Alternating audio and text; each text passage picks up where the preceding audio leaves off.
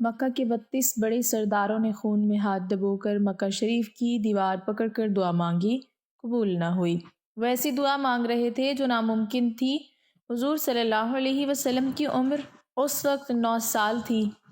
آپ صلی اللہ علیہ وسلم نے بآواز بلند کہا، مکہ کے سرداروں پیچھے ہٹ جاؤ، یہ کام میں کرتا ہوں۔ مکہ کے سرداروں نے کہا، ہم 32 لوگ نہیں کر پائے، تم؟ بسم اللہ الرحمن الرحیم۔ حضرات انبیاء علیہم السلام کی دعاؤں سے بالکل ناگہاں عادت جاریہ کے خلاف کسی غیر متوقع بات کا ظاہر ہو جانا اس کا بھی معجزات ہی میں شمار ہے۔ اسی لیے اللہ تعالیٰ حضرات انبیاء علیہم السلام کی دعاؤں سے بڑی بڑی مشکلات کو حل فرما دیتا ہے اور قسم قسم کی بلائیں ٹل جاتی ہیں اور بہت سی غیر متوقع چیزیں ظہور میں آ جاتی ہیں۔ چنانچہ حضور خاتم النبیین صلی اللہ علیہ وسلم کے معجزات میں سے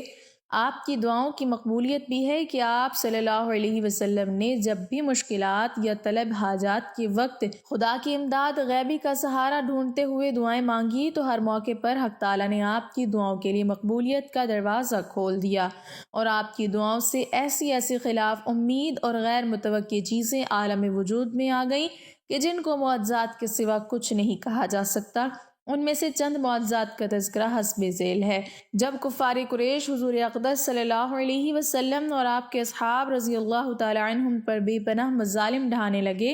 جو ضبط و برداشت سے باہر تھے، تو آپ صلی اللہ علیہ وسلم نے ان شریروں کی سرکشی کا علاج کرنے کے لیے ان لوگوں کے حق میں قحط کی دعا فرما دی۔ چنانچہ اللہ تعالیٰ نے ان لوگوں پر قحط کا ایسا عذاب شدید بھیجا کہ اہل مکہ سخت مصیبت میں مبتلا ہو گئے،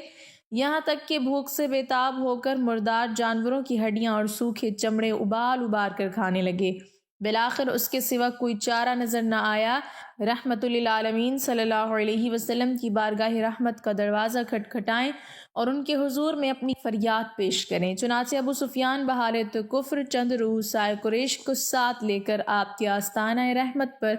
حاضر ہوئے اور گڑ گڑا کر کہنے لگے کہ اے محمد صلی اللہ علیہ وسلم، تمہاری قوم برباد ہو گئی، خدا سے دعا کرو کہ یہ قحط کا عذاب ٹل جائے۔ آپ صلی اللہ علیہ وسلم کو ان لوگوں کی بے قراری اور گریہ وزاری پر رحم آ گیا، چنانچہ آپ نے دعا کے لیے ہاتھ اٹھائے، فوراً ہی آپ کی دعا مقبول ہوئی اور اس قدر زوردار بارش ہوئی کہ سارا عرب سیراب ہو گیا اور اہل مکہ کو قحط کے عذاب سے نجات ملی۔ ایک مرتبہ حضور صلی اللہ علیہ وسلم صحن حرم میں نماز پڑھ رہے تھے کہ کفار قریش کے چند سرکش شریروں نے بحالت نماز آپ کی مقدس گردن پر ایک اونٹ کی اوشری لا کر ڈال دی اور خوب زور زور سے ہنسنے لگے اور مارے ہنسی کے ایک دوسرے پر گرنے لگے۔ حضرت فاطمہ رضی اللہ تعالی عنہا نے آ کر اس اوجری کو آپ کی پشت اطہر سے اٹھایا۔ جب آپ صلی اللہ علیہ وسلم نے سجدہ سے سر اٹھایا تو ان شریروں کا نام لے کر نام بنام یہ دعا مانگی کہ یا اللہ تو ان سبھی کو اپنی گرفت میں پکڑ لے۔ چنانچہ یہ سب کے سب جنگ بدر میں انتہائی ذلت کے ساتھ قتل ہو کر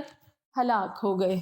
پہلے مدینہ کی آب و ہوا اچھی نہ تھی، وہاں قسم قسم کی وباؤں کا اثر تھا۔ چنانچہ ہجرت کے بعد اکثر مہاجرین بیمار پڑ گئے اور بیماری کی حالت میں اپنے وطن مکہ کو یاد کر کے پردرد لہجے میں اشعار پڑھا کرتے تھے۔ آپ صلی اللہ علیہ وسلم نے ان لوگوں کا یہ حال دیکھ کر یہ دعا فرمائی کہ الہی مدینہ کو بھی ہمارے لیے ویسا ہی محبوب کر دے جیسا کہ مکہ محبوب ہے،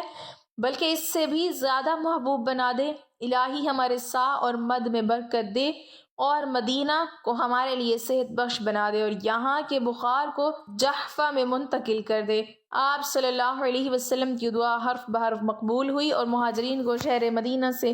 ایسی الفت اور والہانہ محبت ہو گئی کہ وہی حضرت ابو بکر اور حضرت بلال رضی اللہ تعالی عنہما جو چند روز پہلے مدینہ کی بیماریوں سے گھبرا اٹھے تھے اور اپنے وطن مکہ کی یاد میں خون رلانے والے اشعار گایا کرتے تھے، اب مدینہ کے ایسے عاشق بن گئے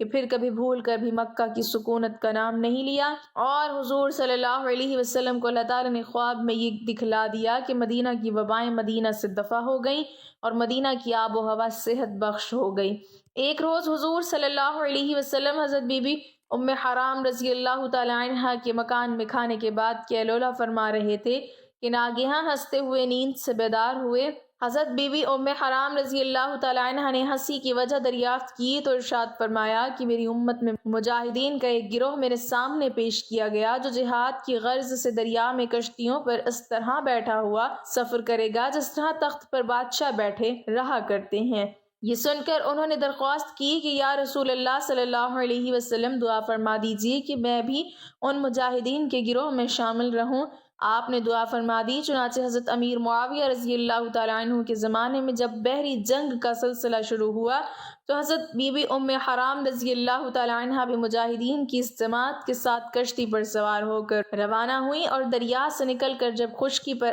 آئیں تو سواری سے گر کر شہادت کا شرف حاصل کیا۔ حضرت ابو طلحہ رضی اللہ تعالیٰ عنہ کی بیوی حضرت ام سلیم رضی اللہ تعالیٰ عنہ بڑی ہوش مند اور حضور صلی اللہ علیہ وسلم کی نہایت ہی جانثار تھیں۔ ان کا بچہ بیمار ہو گیا اور حضرت ابو طلحہ رضی اللہ تعالیٰ عنہ گھر سے باہر ہی تھے کہ بچے کا انتقال ہو گیا۔ حضرت ام سلیم رضی اللہ تعالیٰ عنہ نے بچے کو الگ مکان میں لٹا دیا اور جب حضرت ابو طلحہ رضی اللہ تعالیٰ عنہ مکان میں داخل ہوئے اور بیوی سے پوچھا کہ بچہ کیسا ہے، بیوی نے جواب دیا کہ اس کا سانس ٹھہر گیا ہے اور مجھے امید ہے کہ وہ آرام پا گیا ہے۔ حضرت ابو طلحہ رضی اللہ تعالیٰ عنہ نے یہ سمجھا کہ وہ اچھا ہے، چنانچہ دونوں میاں بیوی ایک ہی بستر پر سوئے، لیکن صبح کو جب ابو طلحہ غسل کر کے مسجد نبوی میں نماز فجر کے لیے جانے لگے تو بیوی نے بچے کی موت کا حال سنا دیا۔ حضرت ابو طلحہ رضی اللہ تعالیٰ عنہ نے رات کا سارا ماجرا بارگاہ نبوت میں عرض کیا تو آپ صلی اللہ علیہ وسلم نے ارشاد فرمایا کہ مجھے امید ہے کہ خداوند تعالیٰ تمہاری آج کی رات میں برکت